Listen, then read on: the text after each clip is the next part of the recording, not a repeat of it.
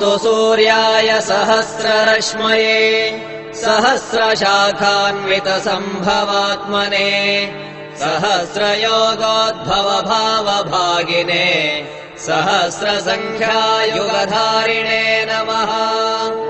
यन्मण्डलम् दीप्तिकरम् विशालम् रत्नप्रभम् तीव्रमनादिरूपम् दारिद्र्यदुःखक्षयकारणम् च पुनातु माम् तत्सवितुर्वरेण्यम्।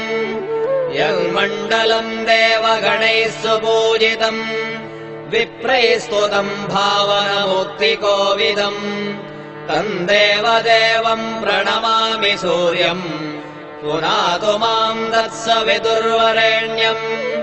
यन्मण्डलम् ज्ञानघनम् त्वगम्यम् त्रैलोक्यपूज्यम् त्रिगुणात्मरूपम् समस्ततेजोमयदिव्यरूपम् पुनातु माम् तत्सवितुर्वरेण्यम्। यन्मण्डलम् गूढमतिप्रबोधम् धर्मस्य वृद्धिम् कुरुते जनानाम् यत्सर्वपापक्षयकारणम् च पुनातु माम् तत्सवितुर्वरेण्यम्।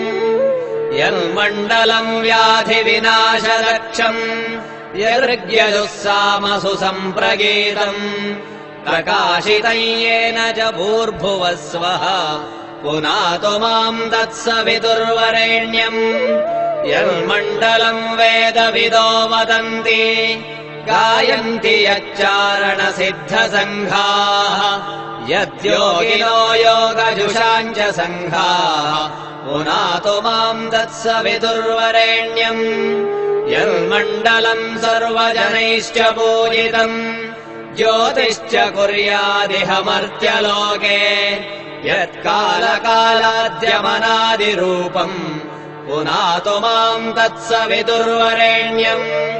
यन्मण्डलम् विष्णुचतुर्मुखाख्यम् यदक्षरम् पापहरम् जनानाम् यत्कालकल्पक्षयकारणम् च पुनातु माम् तत्सवितुर्वरेण्यम्। यन्मण्डलम् विश्वसृजम् प्रसिद्धम् उत्पत्तिदक्षप्रलयप्रगल्भम् यस्मिन् जगत्संहरतेऽखिलम् च पुनातु माम् तत्सवितुर्वरेण्यम्। यन्मण्डलम् सर्वगतस्य विष्णोः आत्मा परम् धाम विशुद्धतत्त्वम् सूक्ष्मान्तरैर्योगपथानुगम्यम् पुनातु माम् तत्सवितुर्वरेण्यम्।